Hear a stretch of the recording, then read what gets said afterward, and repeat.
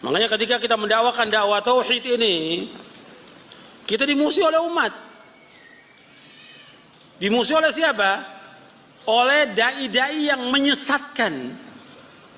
Dari tokoh-tokoh ahlul bidah wasyirik.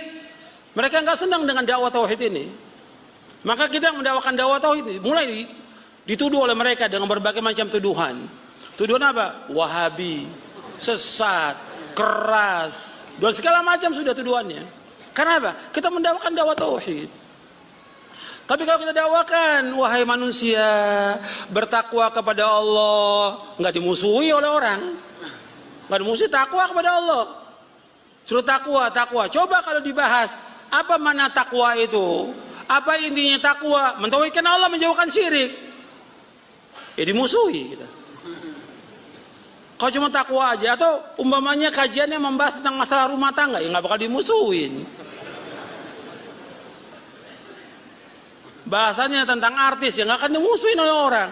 Tapi kalau bahas tentang tauhid, tentang akidah, tentang manhaj, dimusuhi. Yang pertama kali yang nggak senang dengan dakwah ini, iblis, laknatullah alaihi. Syayatin, setan. Kemudian setan itu membisikkan kepada wali-walinya. Siapa wali-walinya? Yaitu a'immatul mudillin, imam-imam yang menyesatkan. Dai-dai yang mengajak kepada kesyirikan dan bid'ah. Mereka nggak senang. Makanya ketika kita mendakwakan dakwah tauhid, mereka nggak senang. Dan mereka berusaha bagaimana berupaya supaya dakwah ini mati. Nggak ada lagi dakwah ini. Makanya kalau minta izin pengajian di masjid mana aja dakwah tauhid nggak boleh. Nggak boleh. Itu seperti itu mereka. Karena yang mereka nggak senang tentang dakwahnya, isi dari dakwah ini. Makanya kita harus dakwakan, nggak boleh berhenti sampai kita diwafatkan oleh Allah. Karena inilah dasar pemersatu umat dan syarat untuk masuk surga dan juga untuk mencapai kebahagiaan manusia dunia dan akhirat dengan ini, dengan tauhid. Nggak ada yang lain. Al-Mukarram wa iyyakum. Yang penting kita berusaha saja disampaikan. Kami ceramah seperti ini, Bapak Ibu keliling kemana-mana. Dan banyak di YouTube, banyak di internet. Dan ternyata alhamdulillah banyak yang sadar. Banyak yang sadar Bapak Ibu. Karena orang itu ada titik jenuh.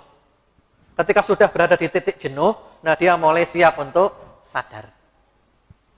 Ya. Terutama orang baru tobat, itu masih keras-kerasnya. Setelah itu dia bosan sendiri. Setelah bosan sendiri, nah baru mau dengar ceramah kita, gitu loh. Oh ternyata enak ini ya, ikut ini saja saya. Nah kemarin nggak mau. Kami dulu ketika masih keras Bapak Ibu, ini pengalaman pribadi. Dan sekarang baru sadar kami. Ternyata saat itu kami sombong dan ujub. Itu dua sifat. Sombong dan ujub, tapi nggak sadar. Sekarang kami baru sadar. Sehingga mereka-mereka yang belum sadar itu sombong dan ujub. Kenapa sombong dan ujub? Karena mereka tidak mau menerima kebenaran kalau dari luar kelompoknya. Itu sombong. Yang kedua ujub, karena mereka merasa lebih baik dari yang lain, mereka merendahkan yang lain. Kami dulu begitu, dan sekarang kami baru sadar. Kami bersyukur kepada Allah Bapak Ibu. Dulu ketika kami masih seperti itu yang ada itu kebencian. Orang sepandai apapun, kalau di luar kelompok kita, nggak ada nilainya di depan mata kita. Nggak ada nilainya, nggak ada harganya. Itu sudah dicuci otak seperti itu. Tapi setelah kami putuskan keluar, kami mau membuka diri, kami tambah referensi pengajian, baca buku, Masya Allah, luar biasa. Ini ilmu lautan yang nggak bertepi. Sehingga kami sekarang walaupun beda pendapat tetap saling cinta. Ustadz Abdul Somad, Ustadz Salim Afillah, Ustadz Felix Shaw, Ustadz Mustafa Umar, Ustadz Fauzil Azim, dan yang lain-lain, Ustadz Umar Mita, kami saling cinta karena Allah. Walaupun ada beberapa perbedaan di antara kita. Toh intinya sama, kita sama-sama Ahlus Sunnah wal Jamaah. Jadi nunggu titik jenuhnya Bapak Ibu. Ya didoakan aja, doakan dapat hidayah. Iya, itu nggak sadar. Ibaratnya orang kerja di pabrik kulit, Bapak Ibu. Pabrik kulit itu baunya enak atau nggak enak? Bau nggak enak. Pabrik kulit baunya nggak enak. Tapi yang kerja di sana itu nggak bau. Karena hidungnya sudah terbiasa bau nggak enak. Lah untuk menyadarkan dia, harus dikeluarkan dulu dari pabrik kulit itu. Dikeluarkan dulu, nah diajak piknik dulu. Jalan-jalan. Untuk dinormalkan dulu hidungnya. Setelah diajak jalan-jalan, hidungnya sudah normal, ajak balik ke sana.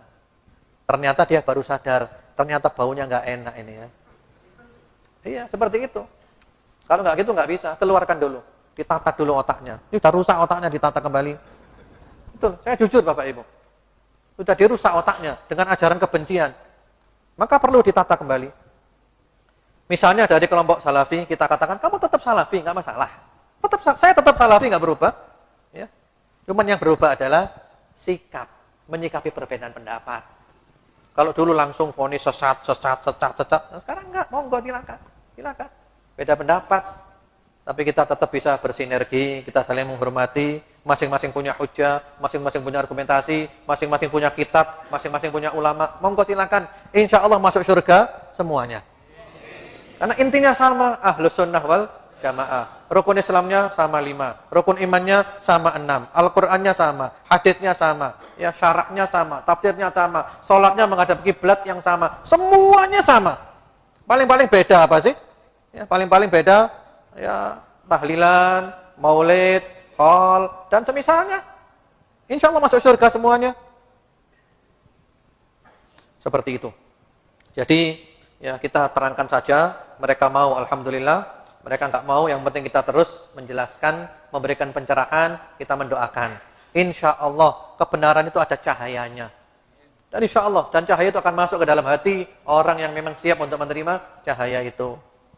Jujur, kami dulu keras Bapak Ibu. Sehingga kalau ada teman-teman yang keras, kami nggak kaget. Kami hanya mengatakan, saya sudah melewati masa-masa seperti itu. Ya. Atau bahasa mudahnya itu, sudah khatam lah.